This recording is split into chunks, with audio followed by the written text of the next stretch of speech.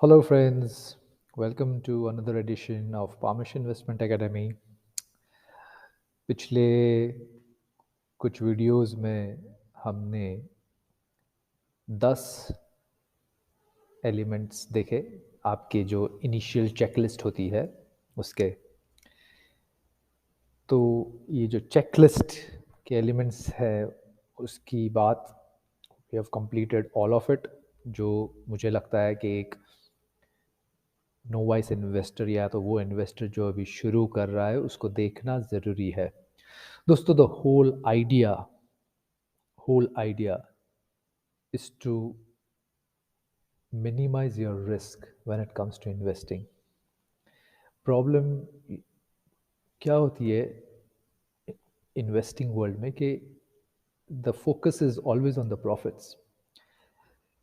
Risk की तरफ ध्यान जो है वो थोड़ा कम हो जाता है या उसको पूरा नज़रअंदाज ही हो जाता है, because you are all the time thinking about profit profit profit. Making profit is important, but perhaps equally, और अगर मैं कहूँ उससे भी ज़्यादा इम्पॉर्टेंट है आपके रिस्क को मिटिगेट करना। इन्वेस्टिंग की दुनिया में आप कंप्लीटली रिस्क कभी एलिमिनेट कर ही नहीं सकते, इट्स इम्पॉसिबल। हाँ, लेकिन उसको मिटिगेट ज़रूर कर सकते हैं, उसको कम से कम ज़रूर कर सकते हैं। तो with that objective in mind we had compiled this checklist. Initial checklist है ये वो चेकलिस्ट है जो आप बैठ के किसी भी कंपनी के बारे में 1-1.5 घंटे में एक नतीजे पे आ सकते हैं कि आगे और जाना है कि नहीं। If you are a one man show, ये वीडियोस उन लोगों के लिए जो जिनके पास फौज नहीं है एनालिस्ट की, वो उन लोगों के लिए हैं जो अपना डे जॉब करते हैं, मेहनत करते हैं, and at the same time अपने एक एक अपने आप को देखते हैं कुछ सालों में फाइनेंशियली इंडिपेंडेंट या financially stress free. And for that equity investing is the best medium. और ये उन लोगों की सहायता के लिए मैंने ये वीडियोस बनाना शुरू किया है, so that you know what not to do when it comes to investing. मेरा फोकस उसी के ऊपर है, सिलेक्शन बाय एलिमिनेशन। तो चलिए एक रिकैप कर लेते हैं ये सब एलिमेंट्स के, and in this video will just summarise all of it. एक करके will just see what it was, and so that we can then make a new beginning from the next video.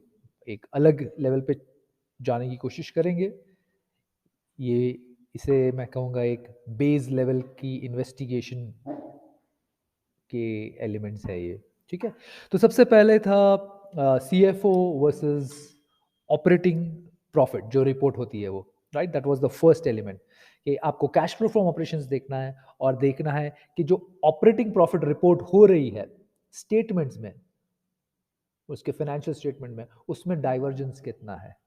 Correct? That was number one. Number two was operating profit margins. Is it a good margin business? At the operating level, क्या उसका margin 5% या 6% है जो एक steel company का होता है, या उसका मार्जिन 30% प्लस है जो एक IT सर्विसेज कंपनी का होता है। करेक्ट। थर्ड था ROCE, which is return on capital employed. Basically, this gives you a very good idea of how the capital, which is equity as well as debt, is being used by the management. Basically, capital allocation जो होती है वो management कितने अच्छे से कर पा रहा है। Is it earning a return which is more than at least the cost of capital, right? अभी ये कॉस्ट ऑफ कैपिटल क्या होनी चाहिए, कैसे होनी चाहिए, वो हम अगले लेवल पे जब जाएंगे तब बात करेंगे। लेकिन फिलहाल के लिए आपको इतना समझना है कि अगर कॉस्ट ऑफ कैपिटल आप मान के चलते हो कि इंडिया में कॉस्ट ऑफ कैपिटल 8% है, तो क्या return on capital employed at least 12% है कि नहीं, right? So that is return on capital employed. The fourth element of the checklist was pledging. क्या प्लेजिंग की है प्रमोटर्स ने, और की है तो फिर कितनी की है। और हमने ये भी देखा कि ये इन्फॉर्मेशन जो है आपको कहाँ पे मिल सकती है। ये जो वीडियोस मेरे पहले के वीडियोस है उसमें जो प्लेजिंग का जो सेकंड पार्ट था उसमें मैंने ये भी बताया कि ये आपको एग्जैक्ट इन्फॉर्मेशन कितना प्लेज हुआ है, ये आपको पता चल सकता है. So that was about pledging. Number 5 was debt equity ratio.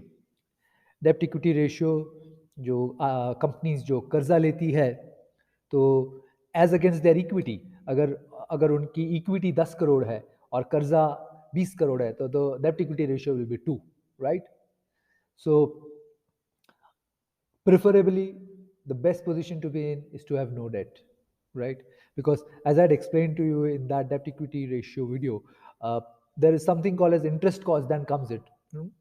Interest cost के ऊपर हमने जब बात की थी, तभी उसके ट्रीटमेंट के लिए भी बात की थी कि क्या इंटरेस्ट कॉस्ट को कैपिटलाइज किया जा रहा है so that the profit and loss में उसका रिफ्लेक्शन ना हो और प्रॉफिट थोड़े बेटर हो, बेटर दिखाई जा सके, एक विंडो ड्रेसिंग किया जा सके.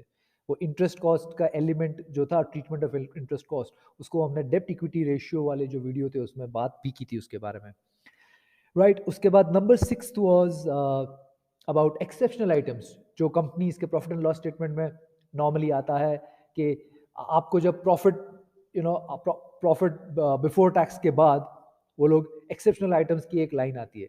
अभी क्या एक्सेप्शनल आइटम्स हर 6 महीने या साल भर के स्टेटमेंट में, अगर हर साल 2 साल में रिपीट होते रहता है exceptional statement, that is not very good, because exceptional items have to remain exceptional.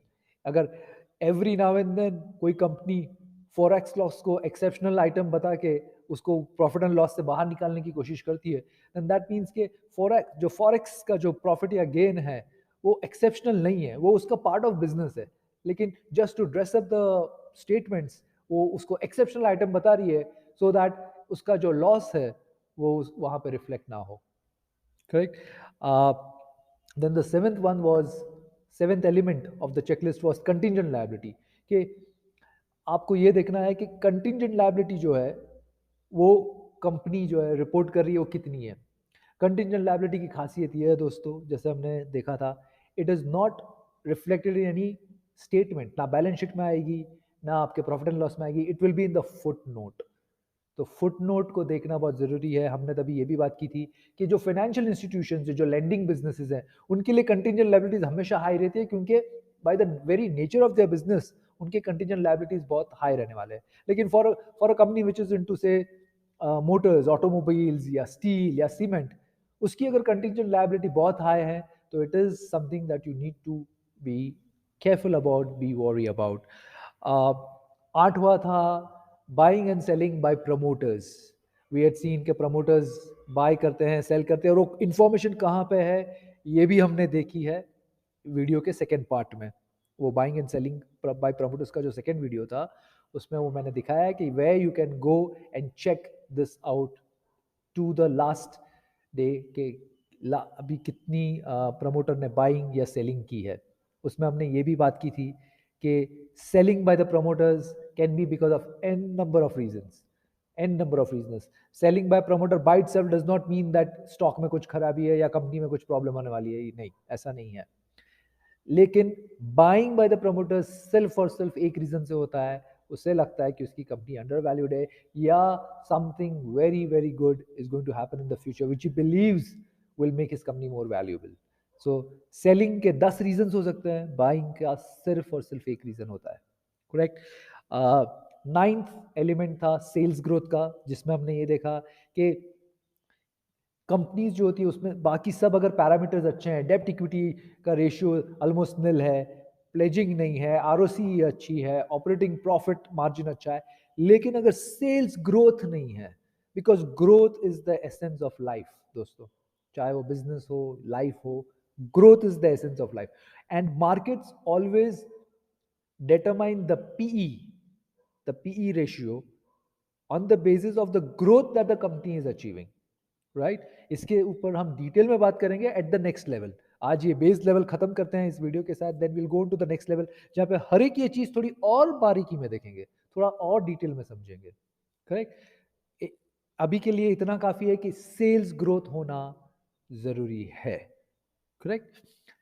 And last but not the least जो 10th एलिमेंट था वो था मैनेजमेंट इंटेग्रिटी का, जिस पे हमने बात की थी कि सब कुछ अगर सही हो ऑन द पेपर, हर एक एलिमेंट ठीक है, आरओसी अच्छे है, मार्जिन्स अच्छे हैं, डेट इक्विटी रेशियो बराबर है, आपका कैश फ्लो फ्रॉम ऑपरेशन सब बराबर दिख रहा है, लेकिन अगर मैनेजमेंट इंटेग्रिटी नहीं है तो ये सब का मतलब ज़्यादा नहीं रहता, क्योंकि एक बहुत बड़ा सवाल खड़ा हो जाता है ये सब स्टेटमेंट्स की जो रिलायबिलिटी होती है उसके ऊपर।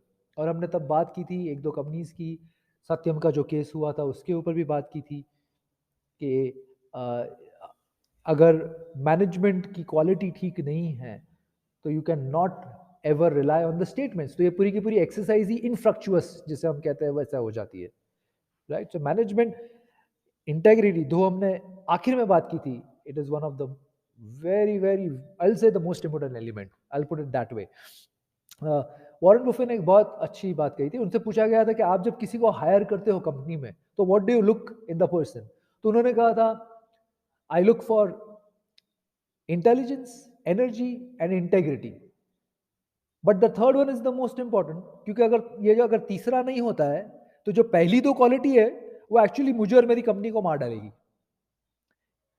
इंटेलिजेंस है आदमी के पास, एनर्जी है, लेकिन अगर इंटेग्रिटी नहीं है तो ये जो पहली दो चीज है वो हथियार उल्टा ही यूज हो जाता है, ठीक है।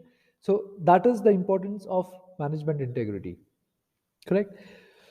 तो दोस्तों ये थी पूरी समरी जो हमने पिछले 18-20 वीडियोस में कवर की, एक करके। ये 10 चेकलिस्ट है, ये एज ए मैं फिर से बता दूं आपको, ये 10 चेकलिस्ट, ये वो 10 एलिमेंट है जो आप एक डेढ़ घंटे में एक कंपनी को जब आप रिव्यू कर रहे हैं इन्वेस्टमेंट के लिए, ये एक आपकी इनिशियल चेकलिस्ट है, जस्ट इनिशियल। ये तो बस खाली शुरुआत है, उसके बाद आपको और थोड़ा डीप डाइव करना पड़ता है, लेकिन एटलीस्ट ये इसके ऊपर आपकी जो एलिमिनेशन है, बहुत सारी कंपनियां एलिमिनेट हो जाएगी, करेक्ट। एज आई से the bad apples will keep falling out, अगर ये आपने स्ट्रिक्टली डिसिप्लिन्ड मैनर से फॉलो किया तो, करेक्ट। तो दोस्तों ये वीडियो यहाँ पे अभी फिनिश करते हैं। I hope to see you soon. तब तक के लिए पामेश इन्वेस्टमेंट एकेडमी, मेरे ब्रदर दिमेश और मैं विशाल श्याम प्रसाद मिश्रा आपको थैंक यू बोलते हैं। Thanks for everything, thanks for your support and hope to catch you soon.